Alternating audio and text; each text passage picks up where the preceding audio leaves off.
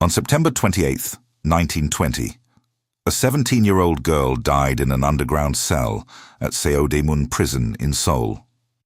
The Japanese colonial authorities, who had tortured her for 17 months, refused to release her body. They knew what would happen if the Korean people saw what they had done to Gwan-sun. And they were right to be afraid, because even dead, she was more dangerous to their empire than any army they had ever faced. But to understand how a 16-year-old student from a small village near Cheonan became the single most threatening person to Japanese colonial rule in Korea, you have to go back to January 1919, to a death that changed everything. On January 21st, 1919, Emperor Gojong of Korea died at Deoksu Palace in Seoul. He was 67 years old. He had been stripped of his throne in 1907 by the Japanese, forced to abdicate in favor of his more compliant son, Sunjong. Since then, Gojong had lived under what amounted to house arrest, watched, monitored, and politically neutralized. The official cause of death was a cerebrovascular accident. But almost immediately rumors swept across the Korean peninsula. The former emperor, many believed, had been poisoned. The timing was suspicious. Gojong had reportedly been preparing to send a secret delegation to the Paris Peace Conference, where the victorious Allied powers were redrawing the map of the world based on Woodrow Wilson's principle of national self-determination. If Korea's case reached Paris, it would embarrass Japan on the international stage. And then, conveniently, Gojong died. Whether the poisoning was real or not, and historians continue to debate the evidence, the effect on the Korean public was immediate and volcanic. Gojong's funeral was scheduled for March 3, 1919. Hundreds of thousands of Koreans were expected to travel to Seoul. And in the weeks leading up to that funeral, a small group of Korean intellectuals, religious leaders, and students made a decision that would alter the course of Korean history. 33 men, a coalition of Christian pastors, Buddhist monks, and leaders of the GONGJU religious movement, drafted a Declaration of Independence. On March 1, 1919, at the Taehwagwan restaurant in downtown Seoul, they read it aloud. The declaration proclaimed the illegality of Japan's 1910 annexation of Korea and stated, in language that echoed Wilson's 14 points, that the Korean people had a right to self-governance. Copies of the declaration were distributed across the country. And then, as if a match had been dropped into a room filled with gasoline, Korea erupted. Within hours of the declaration being read, peaceful demonstrations broke out across Seoul. Students poured into the streets. Workers left their shops. Housewives emerged from their homes. The chant was simple and devastating in its clarity. Manse, long live Korean independence. According to Japanese colonial records, within the first week, demonstrations had spread to every single province in Korea. Within a month, an estimated 2 million Koreans had participated in over 1,500 separate protests. The March 1st movement, as it came to be known, was the largest anti-colonial uprising in Korean history, and one of the largest non-violent resistance movements the world had seen up to that point. Among the students who marched through the streets of Seoul on that first day was a 16-year-old girl named Gwan-sun. She was a student at Ua Haktang, the first modern educational institution for women in Korea, founded by American Methodist missionaries. In a country deeply shaped by Confucian traditions, where formal education for women was rare and public political participation by women was virtually unheard of, Gwan-sun's very presence at the school was already an act of defiance against convention. She had arrived there on a scholarship, referred by an American missionary named Alice J. Hammond Sharp, who had noticed the girl at the Maebong Presbyterian Church near her home and recognized something exceptional. Contemporary accounts describe Yu as a student of remarkable memory. She could recite entire Bible passages after hearing them only once. On March 1st, Yu joined the initial demonstrations in Seoul. On March 5th, she marched with her classmates to Namdaemun in central Seoul, where she was briefly detained by police before missionaries from Ilha negotiated her release. But 5 days later, on March 10, 1919, the Japanese Government General of Korea issued an order that would inadvertently create the conditions for Yu's transformation from student protester to revolutionary organizer. They shut down all schools. The logic was straightforward. Schools were where students organized. Close the schools, scatter the students, and the movement would lose its urban nerve centers.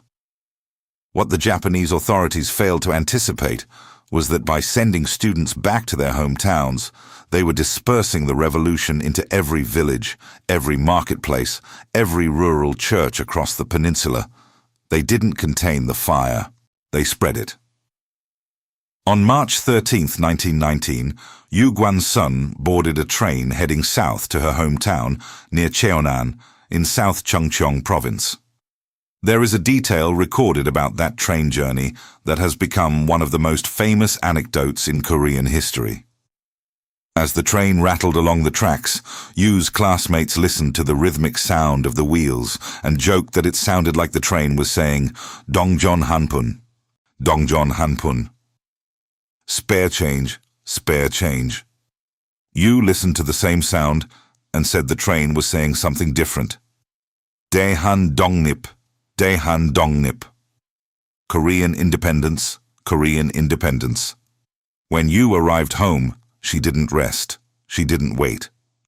She immediately told her family what she had witnessed in Seoul, the declaration, the demonstrations, the scale of the uprising. And her family didn't hesitate. Her father, Yu Jung-kwon, and her uncle, Yu Jung-moo, joined her. Together, they began going door to door, not in their village alone. Yu traveled to 24 separate villages in the surrounding area. Yonggi, Chungju, Cheonan, Jincheon, recruiting, organizing, explaining.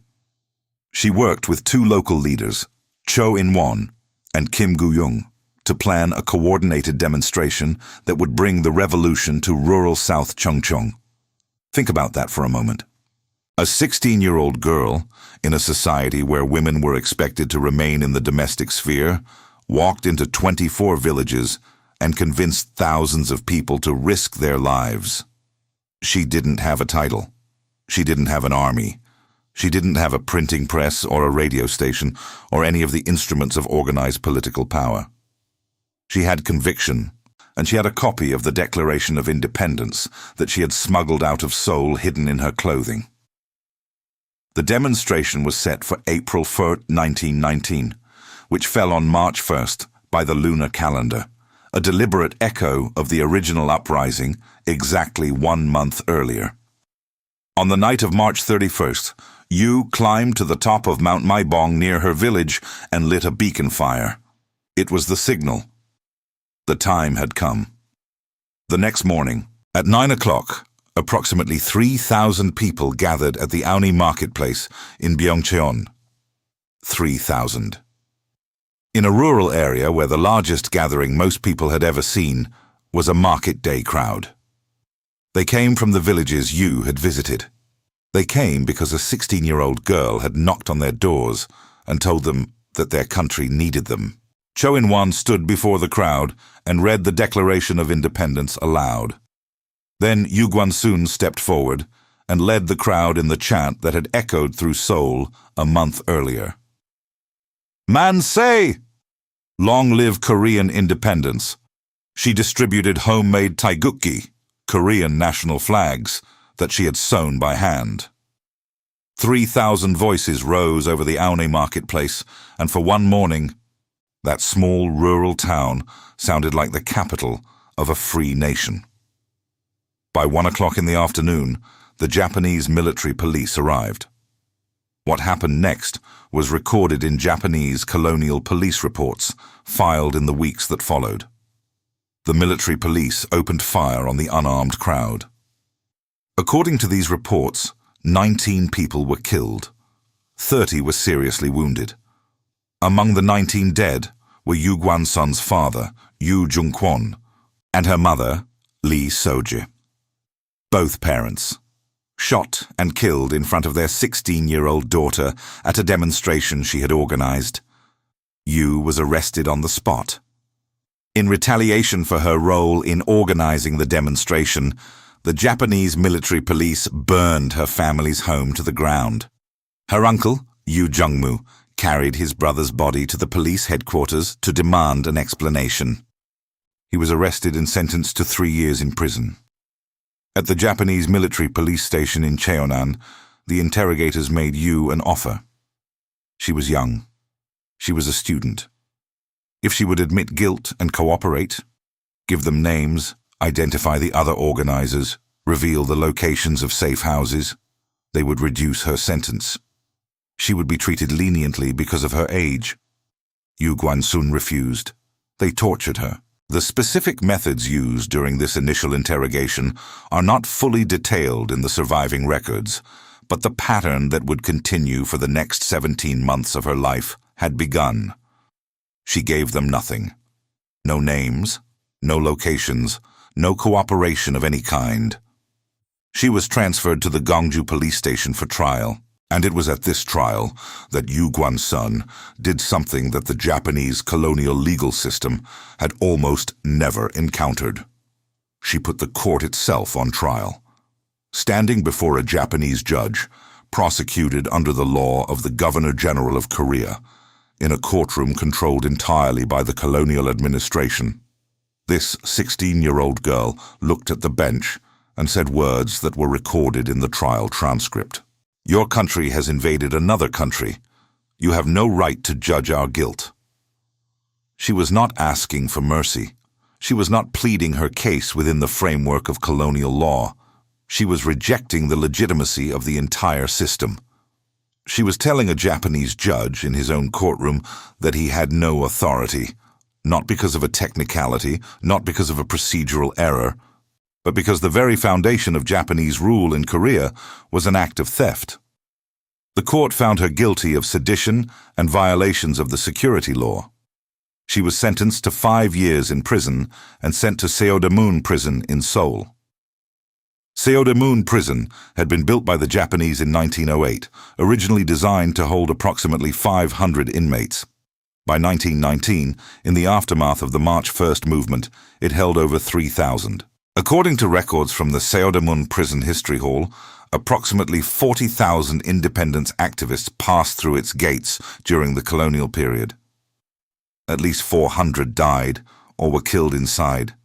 The prison had underground torture chambers, nail-studded boxes used for a practice called box torture, where a prisoner was placed inside and the box was violently shaken, and a device called finger twist, which forced sticks between a prisoner's fingers until the bones protruded. The cells designed for women political prisoners were approximately 3 square meters and built with ceilings too low to stand upright. These cells eventually became known by an unofficial name among inmates and guards alike, Yu Gwan-sun's Cave. On June 30th, 1919, Yu's case went to the GYEONGSEONG Court of Appeal in Seoul. Her sentence was reduced from 5 years to 3. Other prisoners appealed further to the High Court. Yu did not. Refusing to appeal was itself a statement. She would not legitimize the system by participating in it more than she already had been forced to. Inside Seodaemun, Yu did not become quiet. She did not become compliant. She did not become what the Japanese colonial system was designed to produce: a broken, silent subject of the empire. Instead, she wrote, she organized, she spoke. According to accounts compiled after liberation, she continued writing articles that were published in Korean newspapers calling for continued resistance. And she planned something that the prison authorities never expected. On March 1st, 1920, exactly 1 year after the original uprising, Yu Gwan-sun and 2 fellow inmates, Lee Shin-ai and Ao Yun-hee, organized a massive demonstration inside Seodaemun prison itself. Nearly 3,000 inmates participated. They chanted "Manse" from inside their cells. The sound carried beyond the prison walls. Crowds gathered outside. According to records from the period, the demonstration caused such disruption that traffic around the prison came to a standstill. The response from the prison authorities was immediate and savage. Every participant was subjected to severe punishment. Yu, identified as the ringleader, was separated from the other inmates and transferred to an isolated underground cell. What followed, according to accounts preserved at the Seodamun Prison History Hall, was a systematic campaign of torture involving, by one count, 93 different methods. According to newspaper reports from the period, she was cut with razors and salt was rubbed into the wounds. Several newspapers reported that her torturers cut off fingers, her nose and toes in an attempt to force her to renounce the independence movement. She refused. On April 28, 1920, Yu's sentence was reduced to 1 year and 6 months, officially as part of a general amnesty marking the marriage of Prince Yongchin. She was scheduled for release in late September 1920. She would not survive to see it. During these final months, isolated in the underground cell, subjected to continuous torture, Yu Gwan-sun wrote, "Two statements attributed to her have survived. The first, Japan will fall. The second, even if my fingernails are torn out, my nose and ears are ripped apart, and my legs and arms are crushed, this physical pain does not compare to the pain of losing my nation. My only remorse is not being able to do more than dedicating my life to my country." On September 28, 1920, Yu Gwan-sun died in her cell. She was 17 years old. She had been 2 days away from completing her sentence. What happened after her death reveals as much about the nature of Japanese colonial rule as anything that happened during her life. The prison authorities refused to release her body. The reason was transparent. They knew that the condition of her body would reveal the extent of the torture she had endured. If her body became public, it would become evidence, and evidence would become outrage. But the authorities had not accounted for 2 American women. Lulu Frey and Jeanette Walter were the principals of Ilha Haktang, Yu's former school. When they learned of her death, they demanded her body. When the prison refused, they made a threat that the Japanese colonial administration could not afford to ignore. They said they would publicly share their suspicions of torture, not just with the Korean public, but with the American public. In 1920, with Japan seeking international legitimacy and American diplomatic opinion still influential in East Asian affairs, this was not an idle threat. It was leverage. The prison relented. But the terms of surrender revealed the depth of their fear. They agreed to release Yu's body on 2 conditions: that the news would not be publicly shared and that the funeral would be held quietly. And when they handed over the body, they did not place it in a coffin. They placed it in a wooden crate stamped with the logo of the Saucony Vacuum Company, an oil company crate. The Japanese colonial administration returned the body of Korea's most famous young revolutionary in a box that had been used to ship petroleum products. Jeanette Walter dressed Yu for burial. Years later, in a 1959 interview, Walter addressed the rumors that had circulated since 1920, that Yu's body had been dismembered by her torturers. Walter stated that while the body showed clear evidence of extreme torture, including cutting, it had not been cut into pieces, as the public had feared. On October 14, 1920, Yu Gwan-sun's funeral was held at Jungdong Church in Seoul, officiated by Reverend Kim Jong-woo. The ceremony was small and quiet, as the Japanese authorities had demanded. Her body was buried in a public cemetery in Seoul's Itaewon district. And then, in a final act of erasure that seems almost too deliberate to be coincidental, the Japanese military destroyed that cemetery to build a military base. Yu Gwan-sun's remains were never recovered. Her body disappeared from the earth, just as the empire had tried to make her disappear from history. They failed. When Korea was liberated from Japanese rule on August 15, 1945, exactly as Yu had predicted when she wrote "Japan will fall," her memory returned with the force of something that had been buried alive. In 1946, Ewha Women's University began annual memorial services in her honor. In 1947, the Yu Gwan-sun Memorial Association was formed. In 1951, she was officially designated a martyr who died for their country by the Korean government's Screening Committee for Martyrs. On March 1, 1962, the Republic of Korea awarded her the Order of Merit for National Foundation, the nation's highest honor for independence fighters. Her parents, Yoo Jung-kwon and Lee Soja, shot and killed at the Aune marketplace while their daughter watched, received a presidential medal in 1963. In 1977, the Korean government deeded property adjoining Yu's childhood home to her surviving family members as compensation for the home that had been burned. In 1991, her birthplace was reconstructed on the original site. In 1996, Ewha Girls High School awarded her an honorary diploma. The diploma she never received because the Japanese shut down her school to suppress the revolution she had joined. 70 years after her death, a memorial tomb was erected on the slopes of Mount Maebong, the same mountain where she had lit the beacon fire on the night of March 31, 1919, signaling to 24 villages that the time for revolution had come. Her body is not there. It was never found. The tomb is empty. But every year, on March 1st, Koreans gather at the Aune marketplace, at the Seodaemun Prison History Hall, at the memorial on Mount Maebong, and they say the word "she said." Man say. According to records discovered in November 2011, of the 45,000 Koreans arrested in connection with the March 1st movement and its aftermath, 7,500 died at the hands of Japanese authorities. Yu Gwan-sun was one of them. She was 17. She had been an active participant in the independence movement for exactly 21 months, from March 1, 1919, when she first marched in Seoul, to September 28, 1920, when she died in an underground cell with 2 days left on her sentence. As of February 2019, according to records from the Korean Ministry of Patriots and Veterans Affairs, only 357 of the 15,180 people honored for their role in the independence movement were women.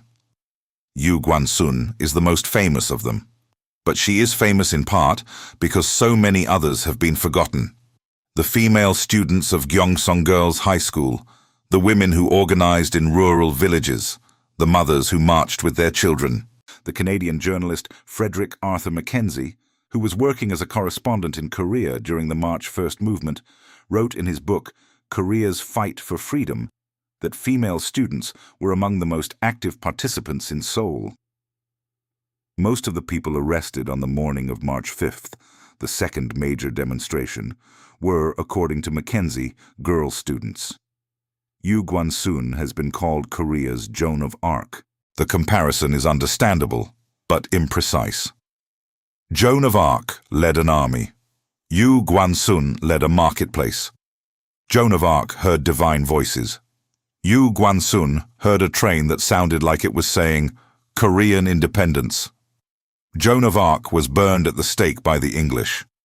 Yu Gwan-sun was tortured to death in an underground cell and returned to her school in an oil crate. Both were teenage girls who changed the course of a nation's history. Both were killed by empires that feared them, and both became more powerful in death than any army their killers ever assembled. On September 28, 1920, a 17-year-old girl died in an underground cell. The empire that killed her demanded silence. They got a century of remembrance instead. And somewhere beneath the ground where a military base once stood in Itaewon, where a cemetery was destroyed to erase a girl's grave, the earth still holds what Japan tried to make the world forget. That a 16-year-old student from Cheonan, armed with nothing but a smuggled declaration and 24 villages that believed her, shook an empire so badly that it needed an army, a prison, and 93 methods of torture to silence her. And even then it didn't work.